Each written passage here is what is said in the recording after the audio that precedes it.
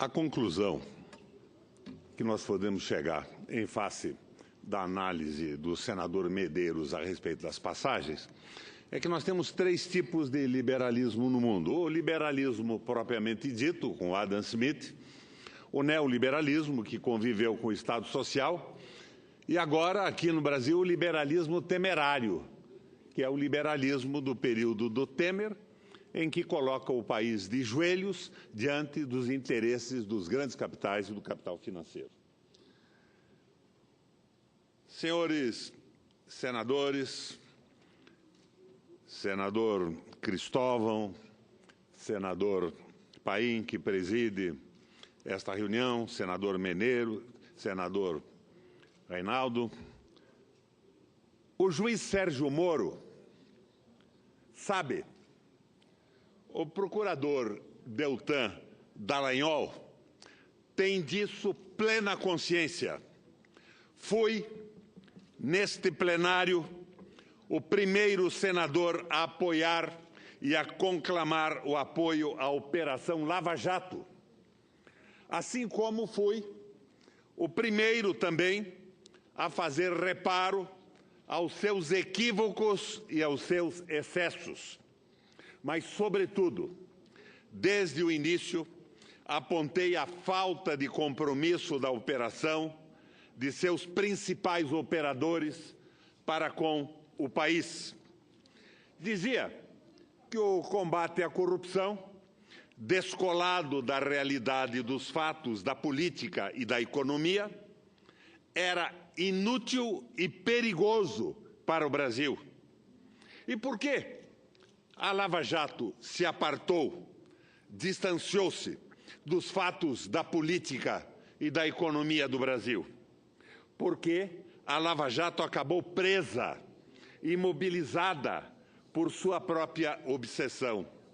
Obsessão que toldou, empanou os olhos e a compreensão dos heróis da operação, a ponto de eles não despertarem e nem reagirem a pilhagem criminosa, desavergonhada que sofre o nosso Brasil hoje.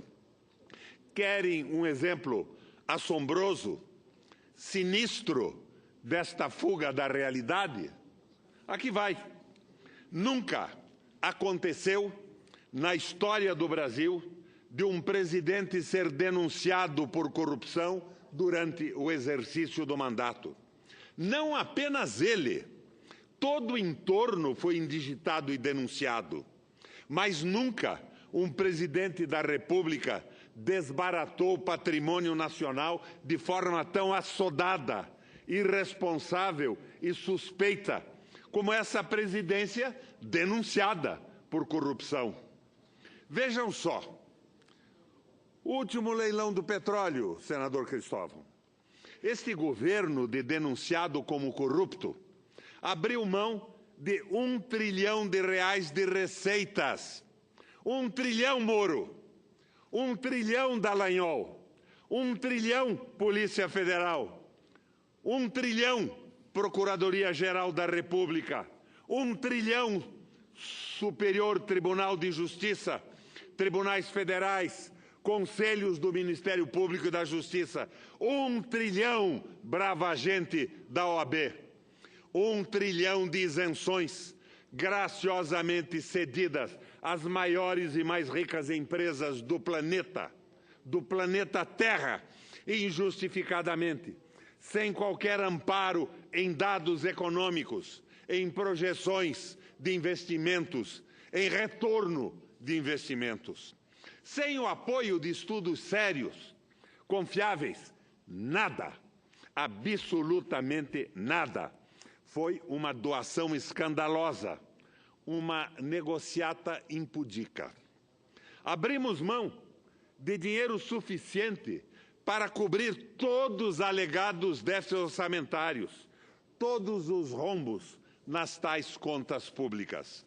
Abrimos mão do dinheiro essencial, vital para a previdência, a saúde, a educação, a segurança, a habitação e o saneamento, as estradas, ferrovias, aeroportos, portos e hidrovias para os próximos anos, para as próximas décadas.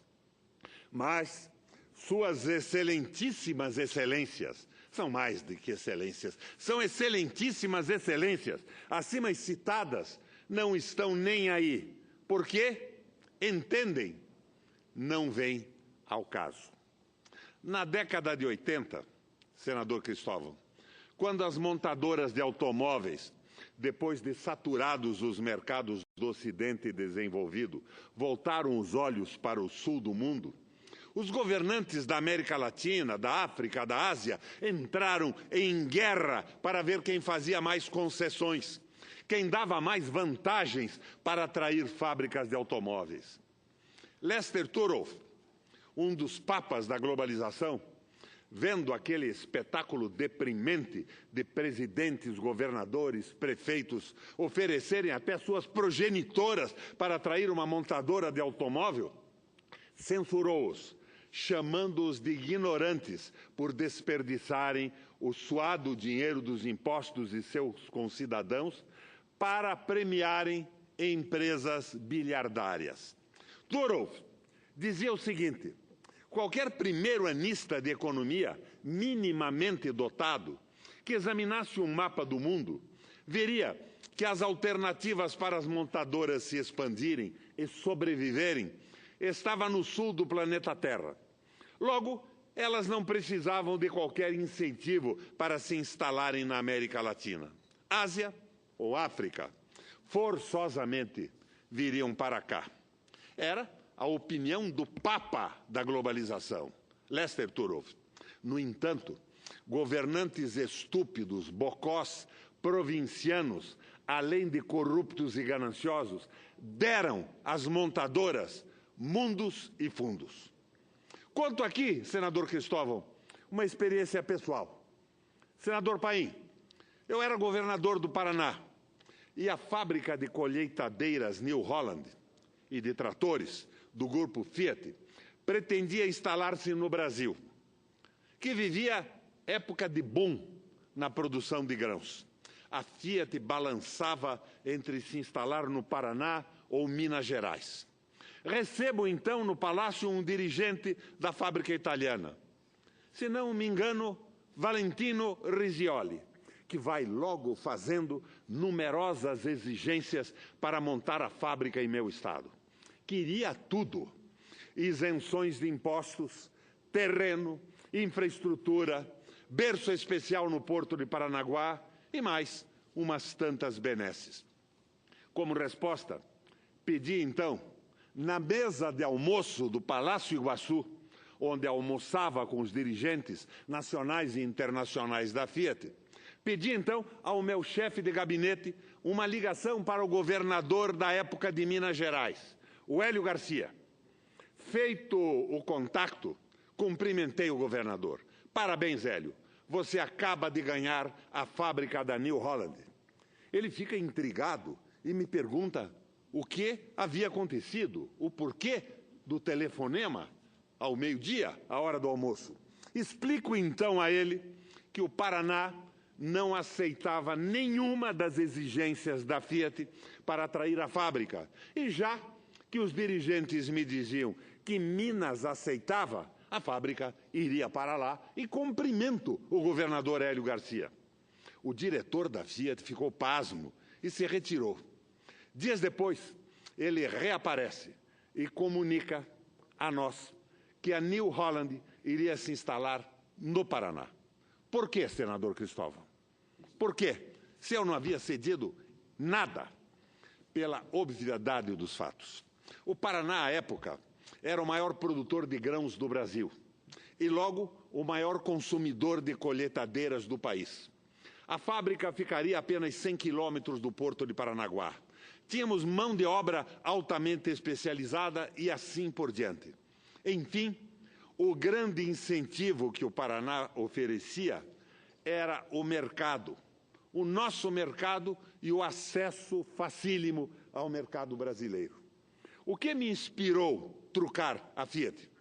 O conselho de Lester Turov e o exemplo de meu antecessor no governo, que atraiu a Renault, a Volkswagen e a Chrysler a peso de ouro e às custas dos salários dos metalúrgicos paranaenses. Pois o governador de então chegou até mesmo a negociar os vencimentos dos operários, fixando-os uma fração do que recebiam os trabalhadores paulistas. Mundos e fundos, e um retorno pífio. Pois bem, voltemos aos dias de hoje. Retornemos à história, que agora se reproduz como pastelão. O pré-sal, pelos custos de sua extração, senador Paim, pelos custos de sua extração, senador Cristóvão, é coisa de $7 o barril na média. É moranguinho com nata, uma mamata só. A extração do óleo de xisto nos Estados Unidos, o famoso shale oil, o óleo que se extrai de pedras ainda não consolidadas e que, por pressão de água, aflora na forma de gás, chegou a custar nos Estados Unidos, senador Cristóvão, até $50 o barril. O petróleo extraído pelos canadenses das areias betuminosas sai por $20 a $30 o barril. As petrolíferas, as mesmas que vieram aqui tomar o nosso pré-sal, fecharam vários projetos de extração de petróleo no Alasca porque os custos ultrapassavam os $40 o barril. A nossa média do pré-sal é 7, sendo que alguns poços privilegiados chegam a $3,50 o barril como custo de extração. Quer dizer, como no caso das montadoras, era natural, favas contadas, que as petrolíferas enxameassem como abelhas no mel o pré-sal. Com esse custo, quem não seria atraído? Esse custo comparado com os custos de extração dos outros espaços que as petrolíferas operam no mundo. Por que então, imbecis? Por que então, entreguistas? Por que, então, ofereceram mais vantagens ainda que a já enorme, incomparável e indisputável vantagem do custo de extração? Mais um dado, senhores senadores, senhores da Lava Jato, atrizes e atores daquele malfadado filme. Vocês sabem quanto o governo arrecadou com o último leilão? Arrecadou o correspondente a 1 centavo de real por litro leiloado.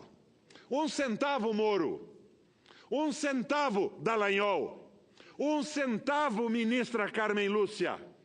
1 centavo, Raquel Dodge. 1 centavo, ínclitos delegados da Polícia Federal.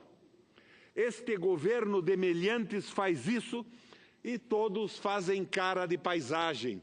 Viram o rosto para outro lado. Já sei. Uma das razões para esta omissão indecente certamente foi e haverá de ser a opinião da mídia, senador Cristóvão. Com toda a mídia comercial monopolizada por 6 famílias, todas a favor desse leilão rapinante, como os senhores e as senhoras, as excelências, iriam falar qualquer coisa? Não é isso, senador Paim?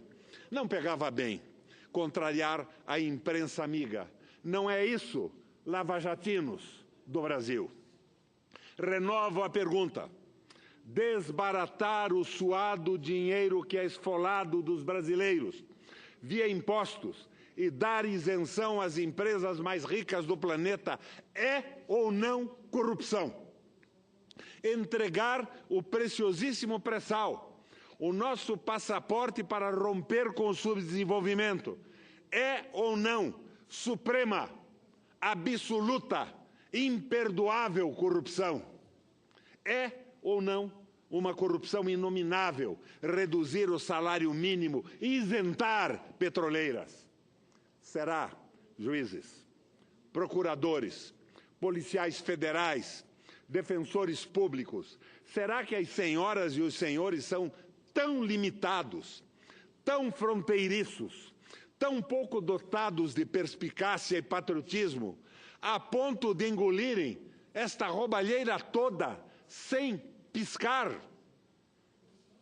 Bom, eu não acredito, como alguns chegam a acusar, que os senhores e as senhoras são quinta-colunas, agentes estrangeiros, Calabares, Joaquim Silvérios, ou então, senador Cristóvão, Cabos Anselmos, a trair a pátria. Não. Eu, pessoalmente, não acredito. Não acredito, mas a passividade das senhoras e dos senhores diante da destruição da soberania nacional, diante da submissão do Brasil às transnacionais, diante da liquidação dos direitos trabalhistas e sociais, diante da reintrodução da escravatura no país. Essa passividade incômoda desperta desconfianças e levanta, sem sombra de dúvida, levanta suspeitas. Pergunto, renovo a pergunta: como pode um país ser comandado por uma quadrilha, clara e explicitamente uma quadrilha, e tudo continuar como se nada estivesse acontecendo? Responda, juiz Sérgio Moro. Responda, Dallagnol. Responda, ministra Carmen Lúcia. Responda, procuradora-geral Raquel Dodge. Respondam. Respondam, ínclitos e severos ministros do Tribunal de Contas da União, que ajudaram a derrubar uma presidenta. Respondam, guardiões da moral, da ética, da honestidade, dos bons costumes, da família, da propriedade e da civilização cristã e ocidental. Respondam, por que denunciaram, mandaram prender, processaram e condenaram tantos lobistas, corruptores de parlamentares e de dirigentes estatais, mas poucos se dão se, por exemplo, lobistas da Shell, da Exxon e de outras petroleiras estrangeiras circulem pelo Congresso obscenamente, a pressionar, constranger parlamentares em defesa da entrega do pré-sal, como denunciou na reunião da Comissão de Economia o senador Lindbergh Faria. E a favor, todos eles, do desmantelamento da indústria nacional do óleo e do gás.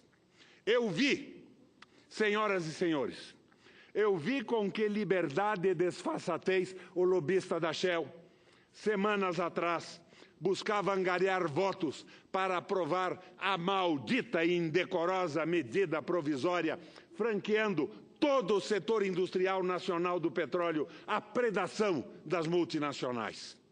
Já sei. Isto não vem ao caso, dizem as nossas autoridades.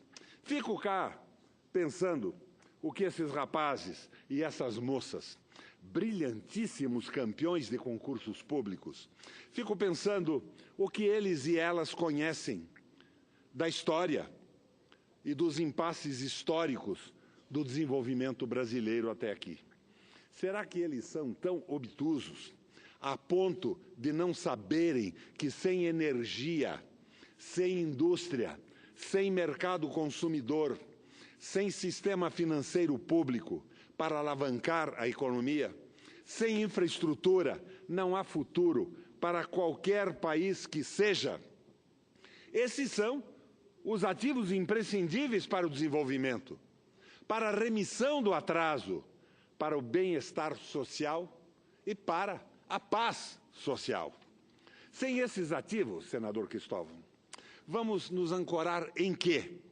Na produção e exportação de commodities? Ora, a regressão a fases anteriores do nosso desenvolvimento?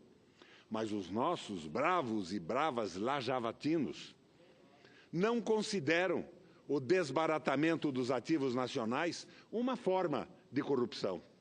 Senhoras e senhores, estamos falando da venda subfaturada, ou melhor, da doação do país todo. Todo. E quem o vende? Um governo atolado, completamente submerso na corrupção. E para que vende? Para comprar parlamentares e assim escapar de ser julgado por corrupção. na sua ampla acepção.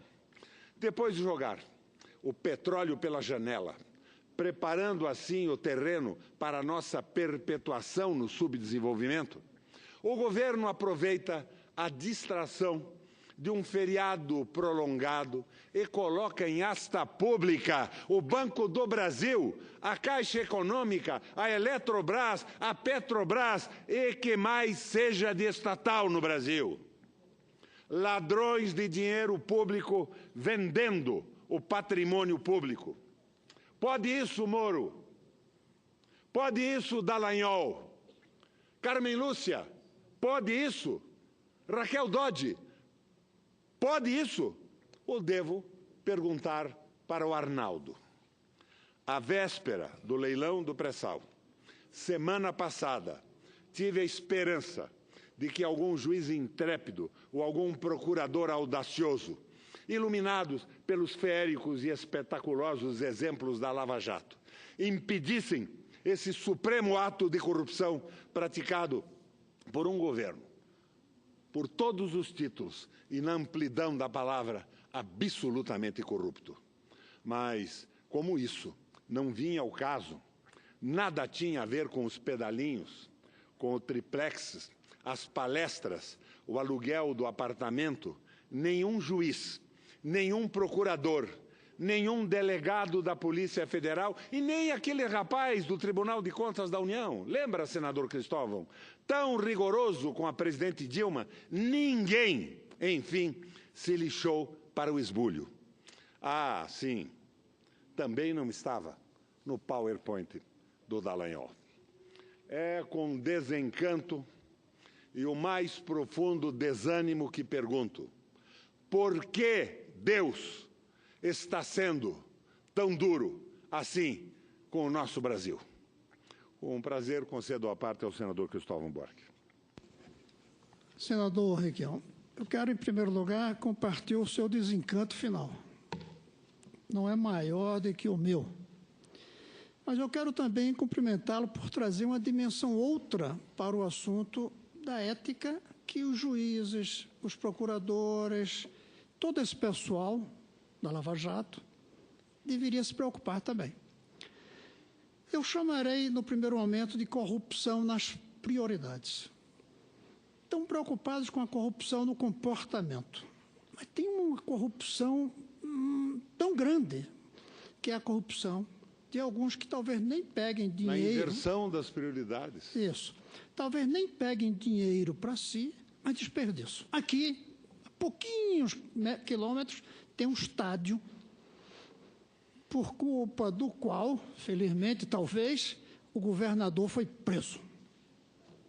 Por ter pego propina na construção daquele estádio. Mas se ele não tivesse pego, e os juízes só pediram a prisão por causa da propina, mas se não tivesse havido propina, aquele estádio, senador Roberto, é uma corrupção em si.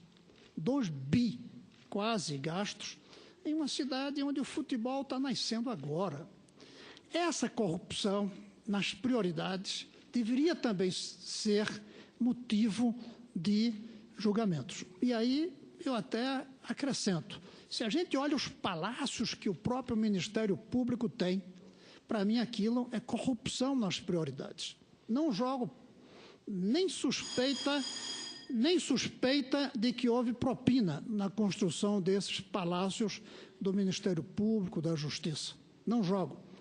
Mas, em si, aquele gasto ao lado de onde falta água, saneamento, é uma corrupção. Ao mesmo tempo, me traz a reflexão, sua fala, muito oportuna, de cobrar esse outro lado para os que zelam pela moral, o fato de um desperdício ainda maior que ninguém considera corrupção. Senador, em 1995, e eu ponho essa data porque hoje os meninos que nasceram ali estarão completando hoje 22 anos, em 1995 nasceram 3,1 milhões de meninos e meninas. Desses, hoje, estão começando o trabalho, a prática como cientistas, 1.000. de 3 milhões e 100 mil, nós temos hoje 1.000, que estão para ser cientistas com a qualidade de nível internacional.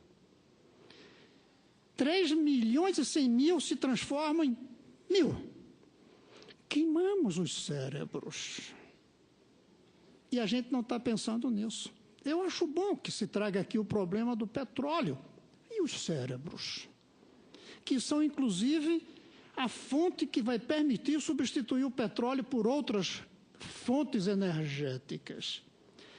3 milhões e 100 mil, apenas 2 milhões terminaram a 4ª série. E aí vai diminuindo, diminuindo. Pior? Não é pior. Grave é que desses 1.000 que estão para virar cientistas, 500 vão embora do país. Ou seja, nós afogamos uma imensa quantidade de cérebros e os que nós não afogamos fogem em busca de condições de trabalho e até de condições de vida hoje, que, como o senhor mesmo lembrou no final, parece que Deus não está dando como nós merecemos, por culpa nossa.